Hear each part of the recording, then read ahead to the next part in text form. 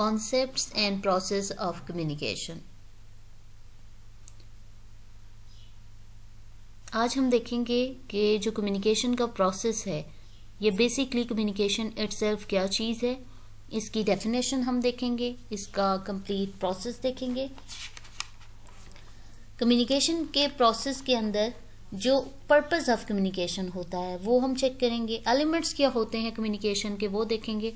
So today's key points are definition and scope of communication, purpose of communication, communication process, elements of communication, types of communication, hurdles of communication, physical and psychological hurdles. These are the two kinds of hurdles and effective communication. So today's discussion is all about communication and the basic concepts. Firstly, we are moving towards the definition on scope of communication. Basically, communication का जो process है ये itself communication है क्या चीज़। पहले हम इसकी तरफ जाएंगे कि जो कम्युनिकेशन है वो बेसिकली है क्या है, उसके अंदर हम डेफिनेशन देखेंगे and then we move towards the scope of communication. हम स्टेप वाइज जा रहे हैं, पहले हम डेफिनेशन देखेंगे कम्युनिकेशन की और उसके बाद उसका स्कोप देखेंगे, राइट। तो फर्स्टली जब हम कम्युनिकेशन की डेफिनेशन देखते हैं तो हमारे पास नंबर ऑफ कम्युनिकेशन की डेफिनेशन जो है वो आ जाती हैं, ठीक है। So in order to define the communication, first we have to consult some good dictionaries to explain the word communication, ठीक है। हम कुछ जो बेस्ट डिक्शनरीज हैं उनकी तरफ कंसल्ट करेंगे। First is long man modern dictionary. Long man modern dictionary communication के प्रोसेस को इस तरह से डिफाइन करती है कि communication is a process of giving, exchanging and sending information and ideas etcetera. यानी कम्युनिकेशन का प्रोसेस क्या होता है कि कम्युनिकेशन के प्रोसेस के अंदर हम कोई चीज़, कोई थॉट, कोई आइडिया, कोई जेस्चर, कोई वर्ड्स, कोई भी ऐसी चीज़ किसी को दे रहे हैं, ठीक है। एंड देन शेयरिंग मीन कि वो पर्सन भी आपसे अपने थॉट शेयर कर रहा है। सेंडिंग इन्फॉर्मेशन, जो माइंड्स में आइडियाज़ हैं उनको दूसरे लोगों तक पहुंचाना, ठीक है। तो वो चीज़ हमारे पास कम्युनिकेशन है, ठीक है। So next Chamber 20th century dictionary को हम कोट करेंगे यहाँ पे। उनकी डेफिनेशन क्या है कम्युनिकेशन के वर्ड्स को लेके, ठीक है। फर्स्ट हमने क्या कहा कि कम्युनिकेशन क्या है कि communication is a process of giving and exchanging and sending information and ideas. Next Chamber 20th century की डिक्शनरी को अगर हम कोट करें तो वो कहते हैं कि giving information through the press, radio, TV and camera etcetera.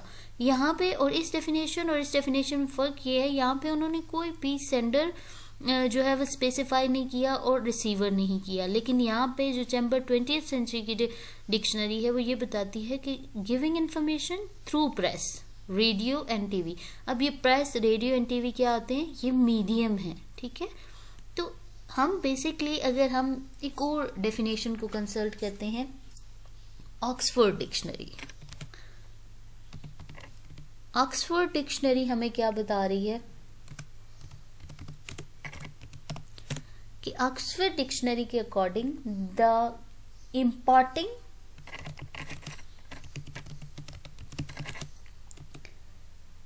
and conveying or exchanging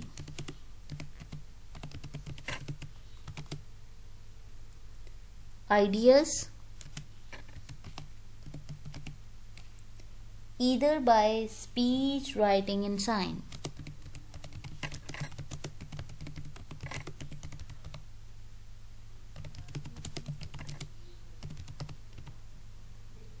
is called communication. यानी अगर हम ऑक्सफोर्ड डिक्शनरी की तरफ जाएं तो वो बहुत अच्छे से जो है वो हमें ये बता रही है कि जो बेसिकली कम्युनिकेशन का प्रोसेस है उसको बता रही है कि कम्युनिकेशन का प्रोसेस ही यही होता है कि कॉमननेस लाना, ठीक है। किसी भी इंडिविजुअल या किसी भी सोर्स या रिसीवर के दरमियान के जो आइडियाज़ हैं वो आपस में शेयर करेंगे तो उससे क्या होगी, कॉमननेस आएगी। तो इम्पोर्ट कन्वेइंग यानी लेना और देना and exchanging ideas either by speech, आप बोल के भी कर सकते हो, राइट करके भी कर सकते हो, ये जेस्चर, ये साइन जिसे बोलते हैं, उस तरह से भी कर सकते हो, ठीक है। So communication on the whole ये है। अब अगर मैं बात करूं कम्युनिकेशन के कॉन्सेप्ट्स की, ठीक है, जो कॉन्सेप्ट है कम्युनिकेशन का, अगर हम उसकी बात करें तो कम्युनिकेशन बेसिकली है क्या चीज़। The word communication has originated from Latin word communis, ठीक है। कम्युनिकेशन का जो वर्ड है वो कहाँ से आया, कम्यून्स से निकला हुआ है। और ये कौन सा वर्ड है, ये लेटिन वर्ड है, ठीक है। और लेटिन वर्ड जो है कम्यून, उसका मतलब क्या है, इट्स मीन समथिंग कॉमन, ठीक है। समथिंग कॉमन का मतलब ये है कि आपके दरमियान में क्या है, कॉमननेस है, कोई चीज़ मिलती जुलती है। और वो कैसे मिली, कि आपने शेयरिंग ऑफ इंफॉर्मेशन की, ठीक है। सो therefore when we communicate we are intent to trying to establish commonness of thoughts or feelings with other individual. So in other words, communication is a process of sharing ideas, words, attitude with someone, ठीक है। So it's basic human need. As human being we need somebody to help us, to talk to us, to hear to us. एक human need है कि हम चाहते हैं कि कोई हमें सुने, कोई किसी से हम अपनी आइडियाज शेयर करें, अपनी थॉट्स, अपनी फीलिंग शेयर करें, ठीक है। So one of the major and one of the most important words of Greek philosopher, उनके वर्ड्स ये हैं कि एक कोटेशन को हम ऐड करेंगे कि that a man who says that he does not need anybody is either God और बीस्ट, ठीक है। कि इंसान को हर सूरत में कम्युनिकेट करना पड़ता है, ठीक है, चाहे वो बोल के करे, चाहे वो जेस्चर के थ्रू करे, लिख के करे, किसी भी टर्म में करे, वो अपनी थॉट्स, अपनी फीलिंग्स, अपने इमोशंस, अपने आइडियाज शेयर करेगा। और अगर कोई ये कहता है कि वो उसको नहीं चाहिए कोई भी पर्सन, तो या तो वो गॉड है या तो बीस्ट है, ठीक है। सो बेसिक पर्पस क्या है कम्युनिकेशन का, कॉन्सेप्ट्स के बाद हम जाते हैं इसका पर्पस क्या होता है, कम्युनिकेशन का मकसद क्या है, क्यों हम करना चाह रहे हैं, ठीक है। सो कम्युनिकेशन का जो मकसद है वो भी हम इन डिटेल देखेंगे कि कम्युनिकेशन जो है वो बेसिकली क्यों की जाती है।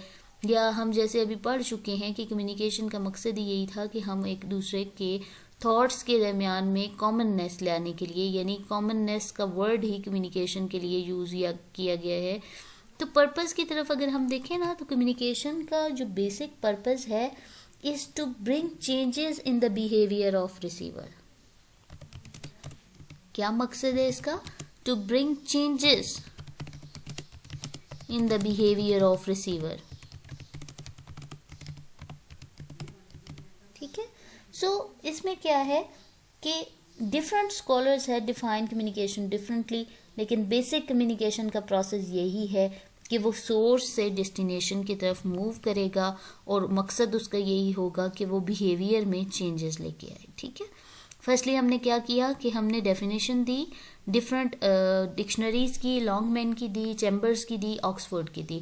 मकसद क्या था कि हमें इस वर्ड का मीनिंग पता चल जाए, ठीक है। आफ्टर दैट हमने कॉन्सेप्ट को टच किया और कॉन्सेप्ट के बाद हम पर्पस को रखेंगे, ठीक है। सो स्कोप ऑफ कम्युनिकेशन की तरफ हम जाएं तो वो हमें यही बता रहा है कि जो स्कोप है कम्युनिकेशन का, कि जो हमारे पास बेसिक पर्पस है कम्युनिकेशन का वो ये है कि bring changes in the behaviour of the receiver. यानी हमने पहले क्या बताया, डेफिनेशंस बताई, ठीक है। जो आपके पास 3 डेफिनेशन मेजर थी वो मैंने कोट कर दी। आफ्टर दैट आप क्या बताएंगे, स्कोप ऑफ कम्युनिकेशन, ठीक है। तो स्कोप ऑफ कम्युनिकेशन में क्या है, the basic purpose of communication is to bring changes in the behaviour of receiver. So इसमें क्या होता है कि we communicate to have some effects and receiver to bring changes in the cognitive thinking, changes in the feeling, changes in the behavior। इससे क्या होता है कि जब कोई पर्सन हमारी बात सुन रहा है, ठीक है, तो वो उसकी तरह एक्ट करेगा या नहीं करेगा, हमें प्रॉपरली रिस्पॉन्ड करेगा, ठीक है। So it's mean the basic purpose of communication is to inform, is to educate and entertain the people, ठीक है। अब इंफॉर्मेशन में बहुत सारी चीज़ें ऐड कर सकते हैं कि इसका मकसद क्या होता है कि इसने इन्फॉर्म भी करना है, इसने एजुकेट भी करना है और इसने इंटरटेन भी करना है। ठीक है। अब बात किस लिए कर रहे हो, या तो किसी को नॉलेज देने के लिए कर रहे हो, एजुकेशन देने के लिए कर रहे हो, या अपनी फीलिंग्स उससे शेयर करते हो इसलिए कि उसको चाहिए, उसको रिक्वायर्ड है, आप किसी से बात करते हो। तो ये तमाम चीज़ें इसका बेसिक एम है। ठीक है। फिर हम जाते हैं जो पर्पस ऑफ कम्युनिकेशन को इन डिटेल अगर देखें तो हमारे पास सबसे पहला जो बड़ा जो चेंज आता है वो बिहेवियर ऑफ द रिसीवर। हम किसी से बात करते हैं, वो बात हमारी अंडरस्टैंड करेगा और उसके बिहेवियर में भी चेंजेस आएंगी। फिर next, some affect on the receivers, social setup में भी चेंज आएंगे। सम अफेक्ट जो साइकोलॉजिकल नीड्स हैं वो भी पूरी होंगी। ठीक है। सो कॉमननेस मीन कि आप एजुकेशन किसी को दे रहे हो तो भी आप उसकी बिहेवियर में चेंजेस ला रहे हो, आप उसे एंटरटेन कर रहे हो तो भी आप उसके बिहेवियर में चेंजेस ला रहे हो, आप अगर उसे इन्फॉर्म कर रहे हो तो भी उसके बिहेवियर में चेंजेस आ रही हैं। उसके साथ साथ उसके सोशल सेटअप में बहुत सारी चेंजेस आती हैं। ठीक है। फिर उसकी साइकोलॉजिकल नीड जो होती हैं, आप अगर बहुत ज़्यादा स्ट्रेस आउट हैं, आप किसी से बात करते हैं, आप शेयर करते हैं, तो क्या होगा कि आप जो है वो थोड़ा रिलैक्स हो जाएंगे। ठीक है। पर्पज़ ऑफ कम्युनिकेशन की मेजर हेडिंग्स अगर मैं बताऊँ तो आपके पास ये बनती हैं। ठीक है। Next we move towards the communication process. Communication का जो प्रोसेस है वो किस तरह से किया जाता है। कम्युनिकेशन जो है वो basically is in a broader sense is a continuous process and everyone some form is engage in the process of communication. हर टाइम, हर वक्त, हर इंसान किसी न किसी तरह से कम्युनिकेशन की जो प्रोसेस है उसके अंदर इन्वॉल्व होता है। ठीक है। किस तरह से? For example, a person is एक लाइक का सोर्स। पर्सन इज एक लाइक अ सोर्स। ठीक है। जो बंदा बात कर रहा है वो सोर्स के ऊपर के तौर पे कंसिडर किया जा रहा है। ठीक है। जिसमें आप इंसान भी हो सकते हो, ग्रुप ऑफ पीपल भी हो सकते हो। जो टेलीविजन और रेडियो अपने जो है वो मैसेज दे रहा है वो भी एक सोर्स है।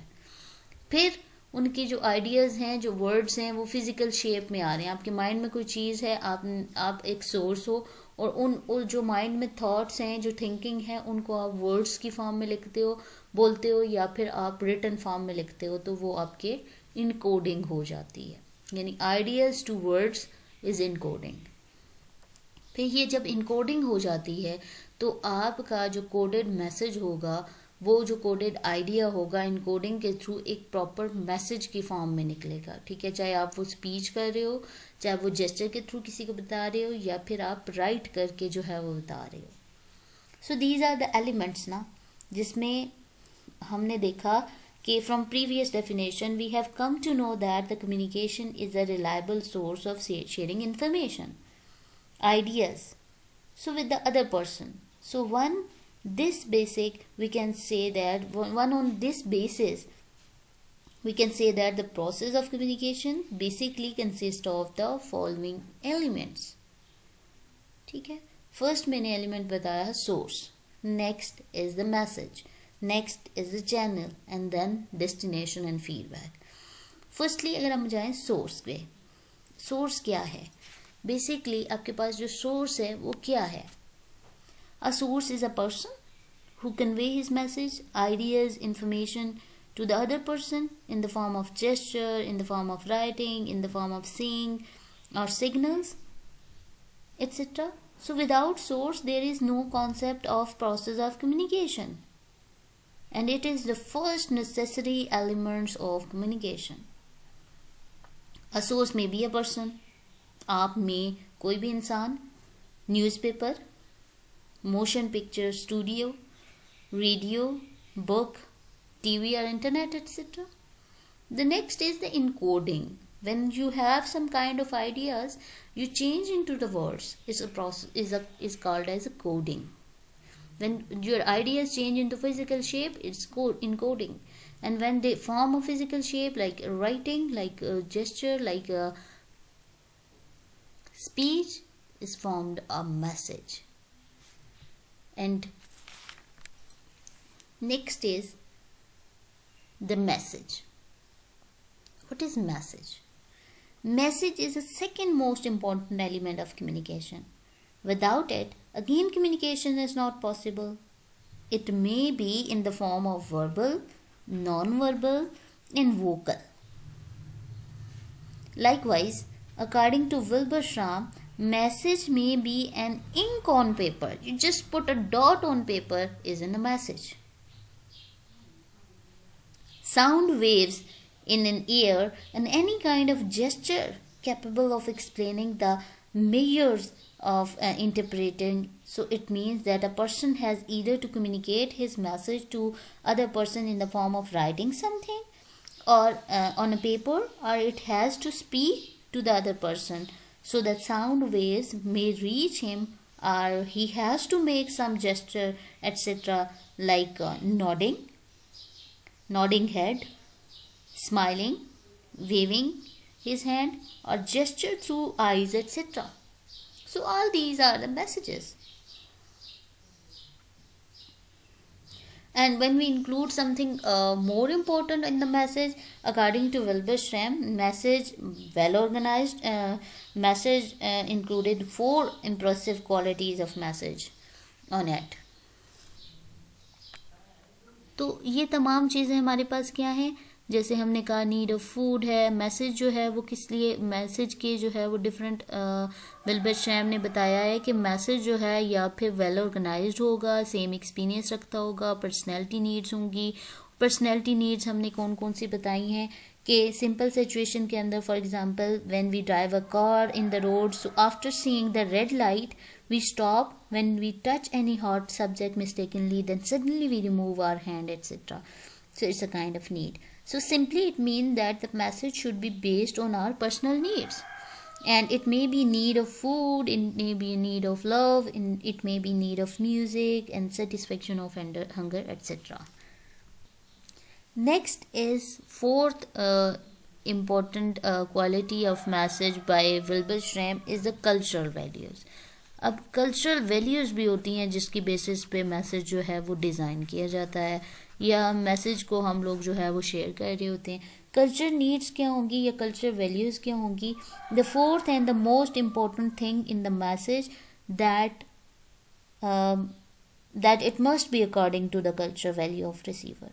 ठीक है, यानी जब हम पर्सन से बात कर रहे हैं तो वो रिलेट कर रही हूँ उसकी कल्चर वैल्यूज़ के साथ.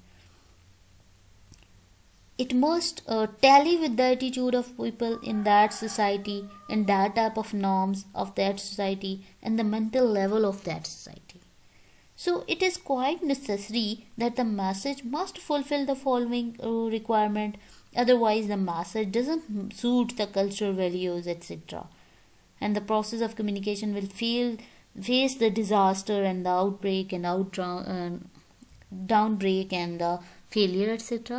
सो अकॉर्डिंग टू विल्बर श्रैम जो 4 हमारे पास क्वालिटीज़ आई हैं मैसेज की, वो लाजमी फुलफ़िल होनी चाहिए. अगेन वो क्वालिटीज़ जो है वो मैं बता देती हूँ. पहले नंबर पे हमने कहा कि मैसेज जो है वो क्या होगा, वेल ऑर्गेनाइज्ड होगा. ठीक है, मैसेज क्या होगा, वेल ऑर्गेनाइज्ड होगा, इज़ अ फर्स्ट क्वालिटी. ठीक है, नेक्स्ट पे उसने कहा कि मैसेज जो है वो हमारे पास सेम एक्सपीरियंस रखता होगा. ठीक है, सेम एक्सपीरियंस होगा मैसेज के पास. उसके बाद एक्सपीरियंस लेवल. फिर हमने कहा थर्ड नंबर पे क्या होगी, पर्सनैलिटी नीड्स, जो हमारी जो है वो किसी भी पर्सन की जो नीड्स होती हैं, that's called as personality needs. And the fourth point is culture values. अगर ये तमाम चीज़ें किसी मैसेज में हैं तो वो रिसीवर की तरफ मूव करेगा, तो वह इफेक्टिव कम्युनिकेशन कंसिडर की जाएगी. अगर नहीं है तो वहाँ पे डिज़ास्टर हो जाएगा, फेलियर ऑफ कम्युनिकेशन हो जाएगी. ठीक है, नेक्स्ट मूव करते हैं, हमारे पास आ जाता है चैनल. चैनल क्या है, medium of information. For example आप जो पर्सन है वो बी से कन्वर्सेशन कर रहा है, तो उसके दरमियान में जो it's called as a interpersonal communication. इन 2 पर्सन के दरमियान में हो रही है तो कौन सी कम्युनिकेशन हुई, इंटरपर्सनल कम्युनिकेशन हुई. तो इन दोनों के दरमियान में जो मीडियम है वो क्या होगा, is a medium of air. ठीक है, is a medium of air. जो उसके साउंड वेव्स हैं एक इंसान के दूसरे तक पहुंचने के लिए उन्हें कौन सा मीडियम चाहिए, एयर. अब उसके बाद आपके पास जो एक एंकर पर्सन है, वो आपसे बात करना चाह रहा है through television, so television is a medium. फिर मैं आपसे बात कर रही हूँ, यहाँ पे कौन सा मीडियम, मीडियम वहाँ वो चीज़ है जिसके ऊपर मैसेज मूव कर रहा है, is a kind of bridge between you and me. तो यहाँ पे कौन सा मीडियम है, इज़ सोशल मीडिया। ठीक है, ये सोशल मीडिया हो गया। सो यहाँ पे चैनल का मकसद क्या है, the channel means the different means of communication, जिसके थ्रू कम्युनिकेशन मूव करेगी।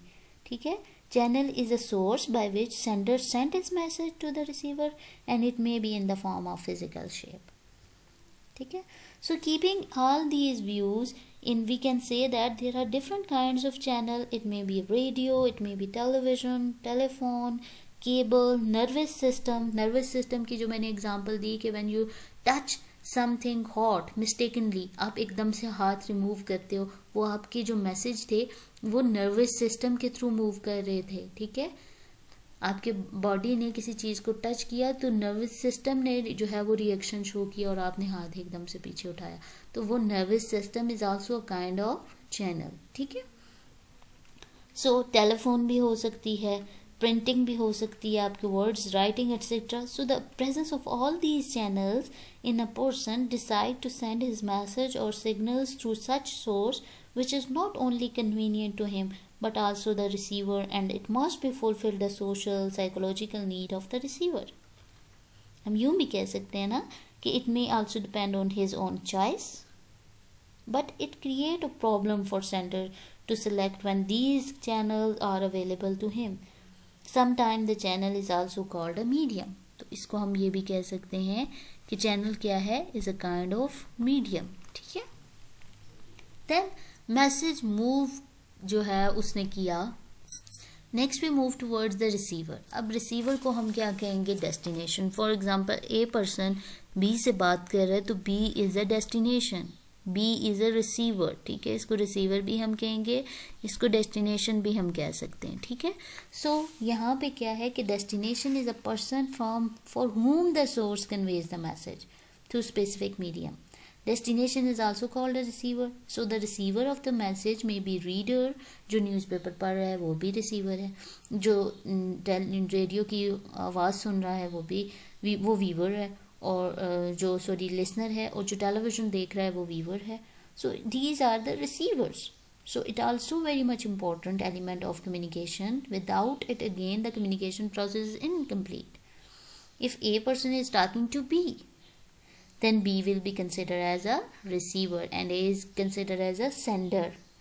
B is destination, its a source are also called as a receiver. इसको हम source भी कहेंगे, ठीक है, इसको हम sender भी कहेंगे, ठीक है, और इसको हम रिसीवर भी कहेंगे और डेस्टिनेशन भी कहेंगे। ठीक है, नेक्स्ट जो है वो हमारे पास रिसीवर एंड सेंडर का कॉन्सेप्ट हमने क्लियर किया है। Next we move towards the decoding, या डिकोड होके सिग्नल्स इनटू वर्ड्स जो कि रिसीवर के पॉइंट ऑफ व्यू पे पहुंच गए थे। आफ्टर दैट एक और पॉइंट हम इसके बाद डिकोडिंग के बाद कंसिडर करें तो वो फीडबैक का आ जाता है। ठीक है, और फीडबैक कैसे होगा कि यही प्रोसेस जो है वो रिसीवर से सेंडर की तरफ मूव करेगा। ठीक है, फीडबैक क्या है कि feedback is a response given by the receiver to the sender. Same amount of message and same type of things जो हैं वो इन्वॉल्व हो जाएंगे। जब आप किसी से बात कर रहे हैं, जब वो पर्सन रिपीट करेगा, उसके पास भी एक चैनल है, वो भी मीडियम जो है वो यूज़ करते हुए आपको वापस मैसेज देगा। ठीक है, उसके बाद अगर हम बात करें कम्युनिकेशन की, तो टाइप्स ऑफ कम्युनिकेशन आ जाती हैं। इंट्रापर्सनल है, इंटरपर्सनल है, मैक्रो है, मैस है एंड मीडिया कम्युनिकेशन है। अब सबसे पहले intra personal mean INTRA, intra mean with in, ठीक है, आपके अंदर।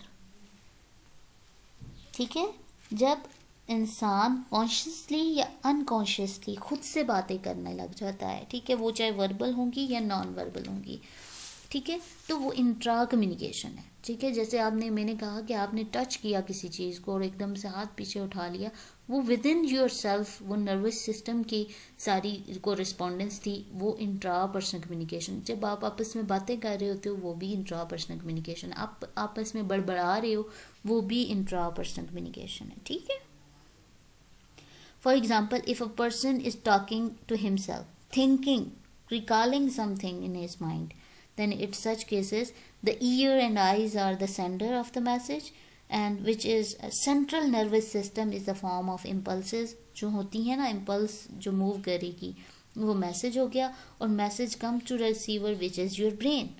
So then the message come to the receiver, वो जो चीज़ है ये अगेन ब्रेन जो फीडबैक दे रहा है, it's a complete model in itself. ठीक है, वहाँ पर कौन से एलिमेंट्स होंगे? वर्बल होंगे, ठीक है, नॉन वर्बल होंगे या वोकल होंगे. फिर इंटरपर्सनल है. इंटर मीन टू, यानी बिटवीन टू पीपल. ठीक है, यानी you and some other person. Two are more than two. Such type of communication when two or more than two person are corresponding or communicating with each other. So it is also a good type of communication in which the person can easily understand others' point of view, and the best thing in such communication is the feedback, जो कि easily receive हो जाता है. फिर हम बात करें macro group communication की, जिसमें 3-4 बंदे जो है वो कम्युनिकेट कर रहे हैं. ठीक है, आपका ग्रुप है, आपने एक दूसरे से बातचीत करनी है. मैस कम्युनिकेशन का मतलब ये है कि on mass level. Mass level mean आप कंट्री लेवल पे बात कर लो, वो मैस कम्युनिकेशन होगी. उसके लिए मैस मीडिया यूज़ होगा. ठीक है, टेलीविज़न, रेडियो, न्यूज़पेपर, ठीक है, ये तमाम चीज़ें एज अ मीडियम यूज़ होंगी. और मैस पब्लिक कौन सी होगी? एक कंट्री के लोग कर लें, एक कम्युनिटी के लोग कर लें, क्योंकि उसलिए इस मैस इसलिए कहते हैं क्योंकि उनके डेमोग्राफिक सेम नहीं होते.